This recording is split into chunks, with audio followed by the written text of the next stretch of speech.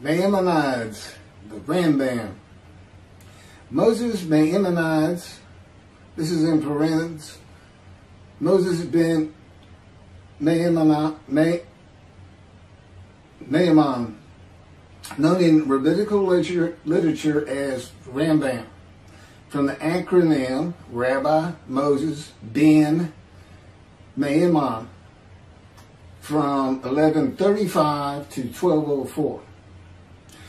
A rabbinic authority, codifier, philosopher, and royal physician. The most illustrious figure in Judaism in the post-talmudic era, regarded by many of the greatest Jewish philosopher of the Middle Ages, and one of the greatest of all time. He was successful in bringing four cultures, Greco-Roman, Arab, Jewish, and Western, together in one person, and in doing so remains one of the most influential religious philosophers of the intellectual world. His teaching influences other faiths as well as Jews. However, it is his commentary on Jewish texts that mark him out as one of the most influential and important Jews in history. He wrote 3 major essays on Jewish law, the most famous being The Guide for the Perplexed. And each of them is still regarded as hugely important in Jewish philosophy. This monumental work laid the foundation for all subsequent Jewish philosophic inquiry known as Chakirah, and stimulated centuries of philosophical Jewish writing. His large 14 volumes work, Mishneh Torah, to date holds canonical authority in regard of the codification of Talmudic law. That was from the Jewish Virtual Library on the internet, the famous people, and the BBC. Rambam says in chapter 12, paragraph 2 of the laws concerning King Moshiach, our sages taught there will be no difference between the current age and the era of Moshiach, except our emancipation from subjugation to the Gentile kingdoms. The simple meaning of the words of the prophets appears to imply that the war of Gog and Magog will take place at the beginning of the Messianic age. Before the war of Gog and Magog, a prophet will arise to rectify Israel's conduct and prepare their hearts for the redemption, as it is written, before I go any further, there will be no war of Gog and Magog. Period. I am Moshiach. This is the the era of Moshiach. And in addition, I'm not here to rectify Israel's conduct. And I would like to think I'm preparing their hearts for the redemption, because it is here.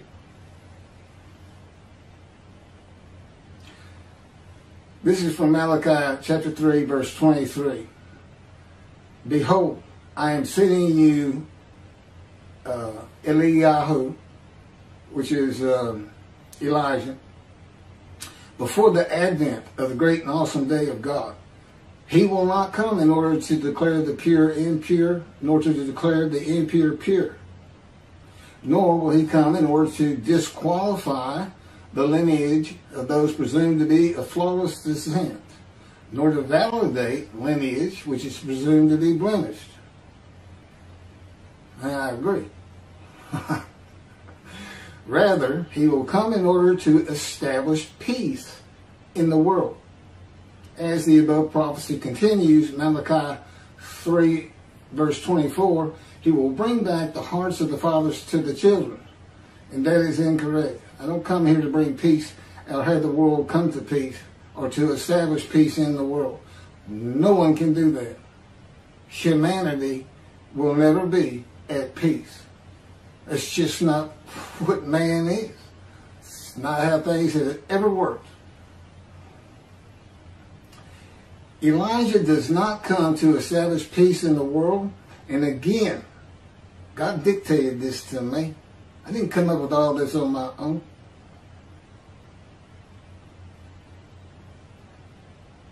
From the book Isaiah 53, In the Day of the Lord. Elijah does not come to establish peace in the world, but to make the many righteous by his knowledge in reconciling the sons to the Father and the fathers to the sons of the family members, one to another, of the Jewish people, by having them be mindful of the teachings God gave Moses at Oreb, and to the practice of Judaism. Okay, be mindful. That's an amendment to the first, the covenant between God and the Israelites given by Moses. It's just an amendment because they had to have strict compliance with 100% of the Israelites agreeing to it, that they would all abide by it. Today he's saying be mindful, and he's also saying it doesn't have to be 100% of the people, those who heed and revere and esteem his name. And he knows it's not going to be all of the Jews, notwithstanding the fact he has forgiven their sins and remembers their iniquities no more. And to be a messenger of the new covenant with sin forgiveness. That's why it's new. There's an amendment to it, and in addition to it is sin forgiveness. That's the only difference. I will be your God and you will be my people.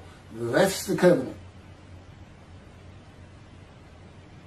And it's never changed. It's never gone away.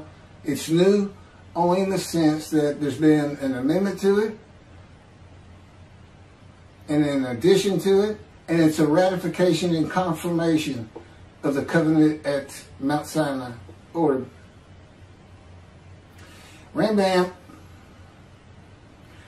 and the sages say in chapter 12, paragraph 3 of the laws concerning King Moshiach, God makes it real clear. He calls Moshiach, my servant David, a shepherd. He's a teacher. There's been no rabbinic kingdom dynasty that Rambam thinks is coming. And that's all you have. Now there is a slight reference to king and prince throughout the covenant of friendship. That just means leader in this context. He's a ruler amongst the people, not a ruler over the people. This is just Rambam's rendition of what a rabbinic kingdom would be. But it's not in the Hebrew Bible. During the era of the King Moshiach, once his kingdom has been established and all of Israel has gathered around him, the entire nation's line of descent will be established on the basis of his words, through the prophetic spirit which will rest upon him. In the Middle Ages and in antiquity, they believed in prophetic spirits. This will not happen. I do not have a prophetic spirit. The Spirit of God alighted upon me, but he's a person. Now, he helps me. He'll tell me things and teach me things. But there's no such... there's by and large, nobody believes in that kind of thing anymore. That somebody can just prophesy. God prophesied. He has absolute knowledge of humanity from Adam on to the ends of the earth. Okay, now he can tell a man, write this down, or go tell the people this. But that's just coming from him by knowledge. No man gets a spirit upon him and all of a sudden he can prophesy.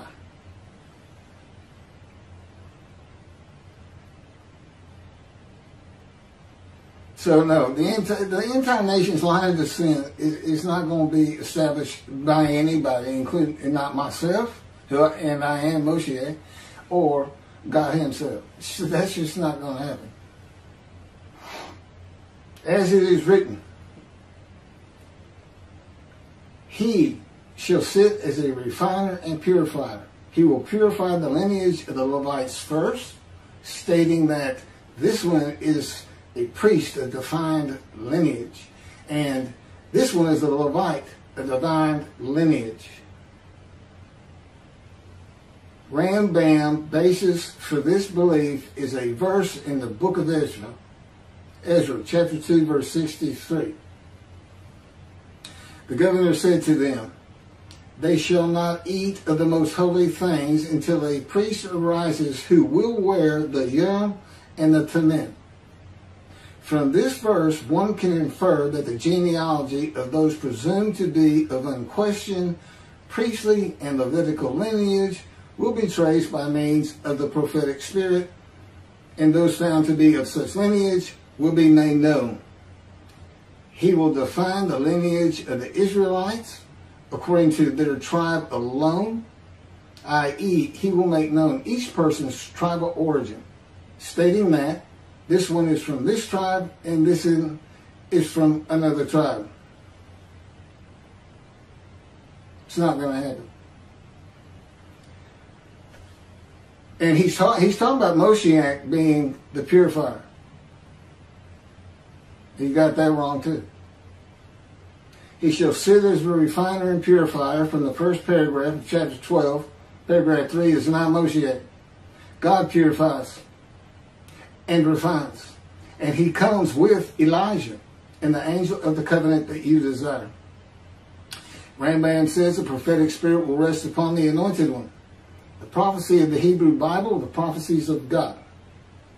I just gave you my summarization of before I read this, of what I'm about to reread. The difference is, this sounds better, and this is what God dictated.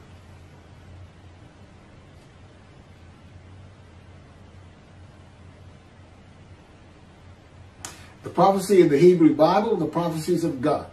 David does not have a prophetic spirit. While prophetic spirits were a common belief in the ancient age and Middle Ages, that is not true for the age of reasoning and information.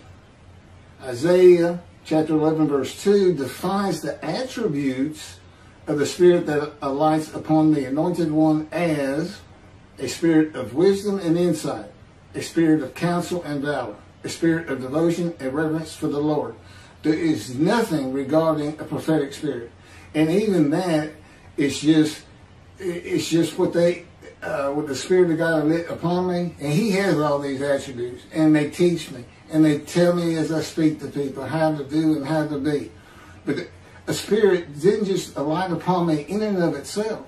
And within God's spirit is God himself, his very presence, his mind.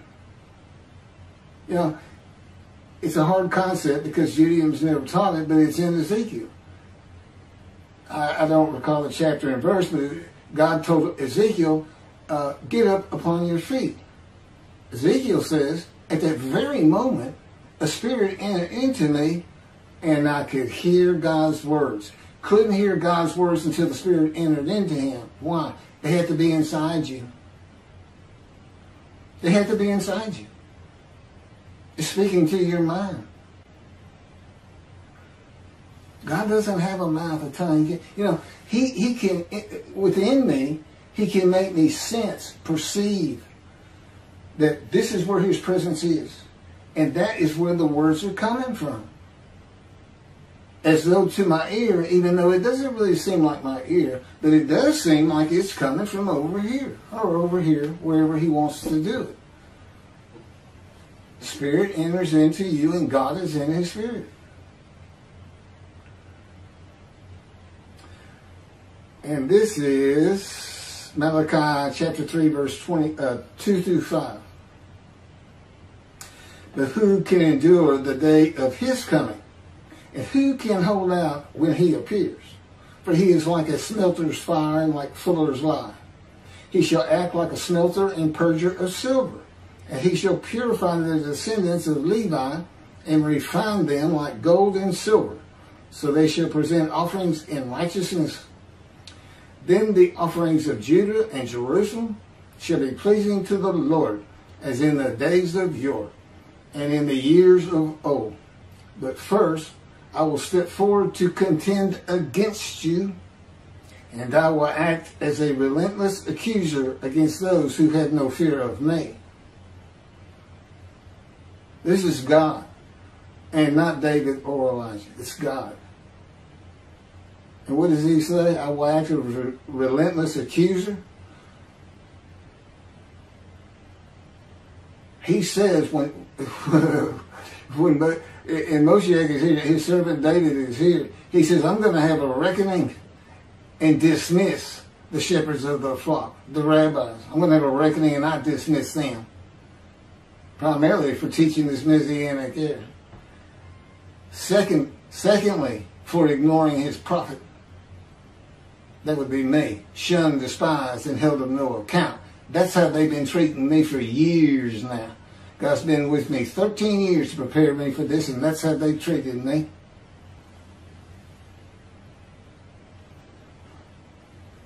In Hebrew writing, it is common to express the same idea twice. Okay, God's telling me to move on. I don't need to hear that. It just had to do with smelting and this and that. In Malachi 1 and 2, the priesthood has been defiled. They offered polluted offerings. They had turned from God and refused to listen to him, and they profaned God's covenant. They disregard God's ways. This is in quotes from Ezekiel chapter.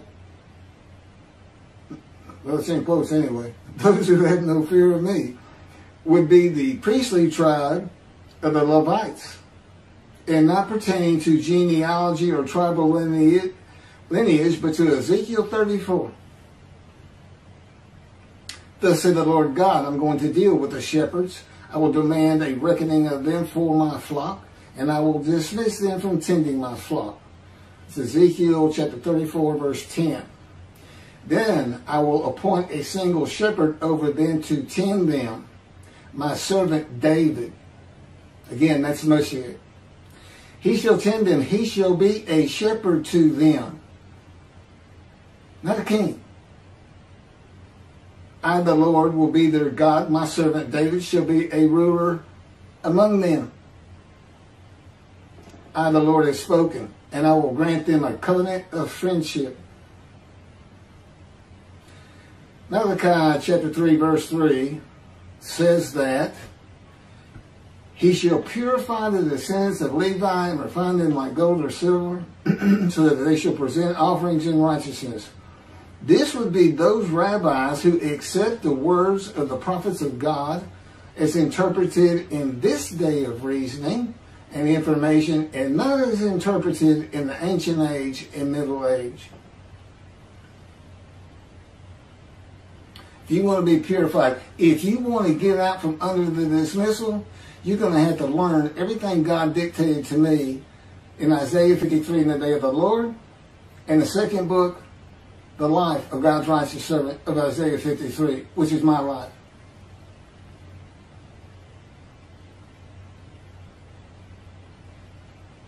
That'll purify you. That'll get you back on the scroll of remembrance so you can see the heaven God is creating. The name Israel shall endure. The era of redemption, restoration, and exaltation versus the day of the Lord, as found in the book. Rambam and the sages interpreted it as a prophecy that Moshiach, with a prophetic spirit, will determine the lineage of the priests and Levites from a verse in the book of Ezra.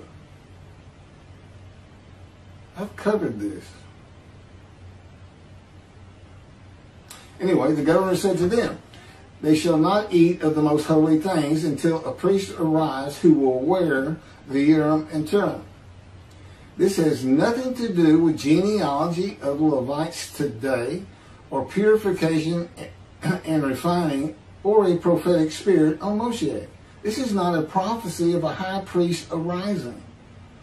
And it is not Moshiach, but an answer to those that could not prove they were Levites when the verse is put into its proper context. This is Ezra chapter 2, verses 61 through 63. Of the sons of the priest, the sons of Habiah, the sons of Hakuz, the sons of Barzillai, who had married a daughter of Barzillai and had taken his name. These searched for their genealogical records, but they could not be found. So they were disqualified for the priesthood. The Teshachta ordered them not to eat of the most holy things until a priest with Urim and Thummim should appear. It was just a specific instance. In the Hebrew Bible, the Urim and Thummim are elements of the breastplate worn by the high priest attached to the ephod. They are connected with divination in general and kleromancy in particular, a belief in antiquity and the Middle Ages rarely believed in today. Two objects used by the high priest to answer a question or reveal the will of God. The ephod was made of fine linen and consisted of two pieces which hung from the neck and covered both the back and front, above the tunic and outer garment. Kleromancy is a form of sortition, a casting of lots. A casting of lots in which an outcome is determined by means that normally would be considered random, such as the rolling of dice, that are sometimes believed to reveal the will of God. Casting of lots, the will of God.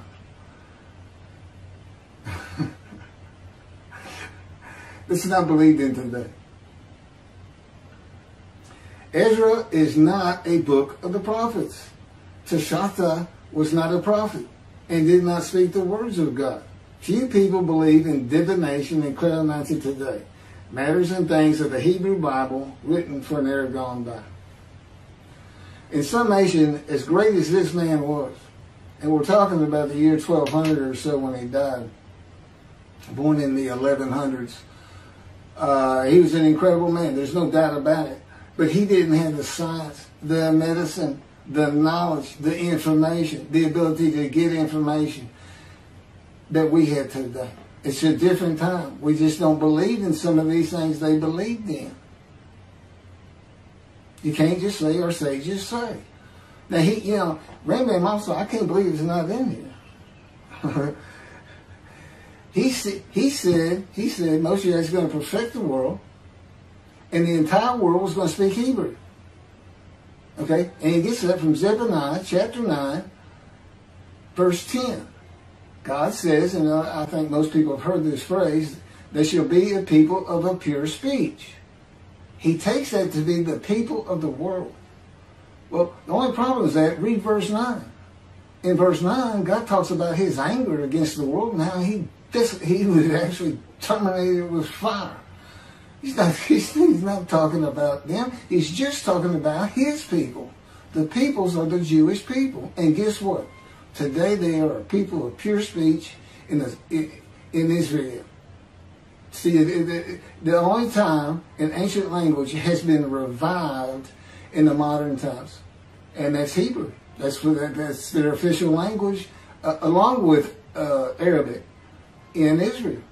So it was a true prophecy of God. They should be a people pure speech, but he's only talking about the Jewish people. When he says the peoples, he's talking about his people. If he's talking about the people of the world, you know what he's going to say? The people of the world. His people. The Jews. Okay, well that's all I have on Rambam. Again, I'm surprised not on that, but thank you very much for listening.